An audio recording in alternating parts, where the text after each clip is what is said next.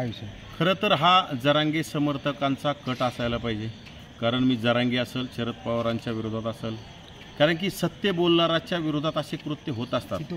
शरद पवार असतील, अजित पवार असतील, एकनाथ शिंदे असतील, ह्या समर्थकांचा आणि विशेषतः मनोज जरांगे, बिंडोक असणारा जरांगेचे असे समर्थक या राज्यामध्ये अनेक खपावलेले आहेत आणि यांच्या माध्यमातून हे कृत्य झाले।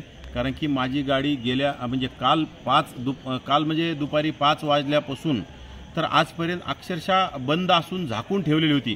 मी आज दौऱ्यावर असताना सुद्धा माझ्या गाडीमध्ये गेलो नव्हतो, दुसऱ्या गाडीमध्ये होतो आणि ही गाडी काल 5 वाजल्यापासून इथे उभं होती। अचानक मी म्हणजे त्याच्या अगोदर 15 मिनिटापूर्वी इथून वॉकिंगला येऊन गेलो।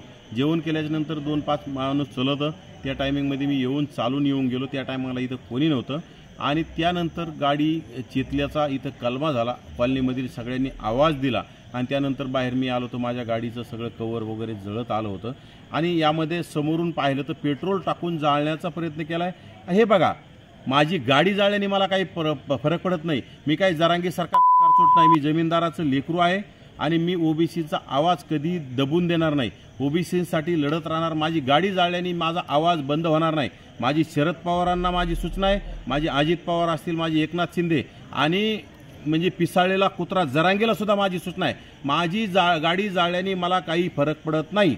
अशा गाड्या मी पुन्हा घेईल मी, कारण की मी जमीनदाराच लेकरू, माझा बाप मला गाडी घेऊन देईल, माझे वडील मला गाडी घेऊन देतील, परंतु असे कृत्य करणं योग्य नाही। आमच्या लोकांनी जर ठरवलं तर जरांगेच्या गाड्या जाळायच्या आणि जरांगेचे घरं जाळायला तर चालेल का?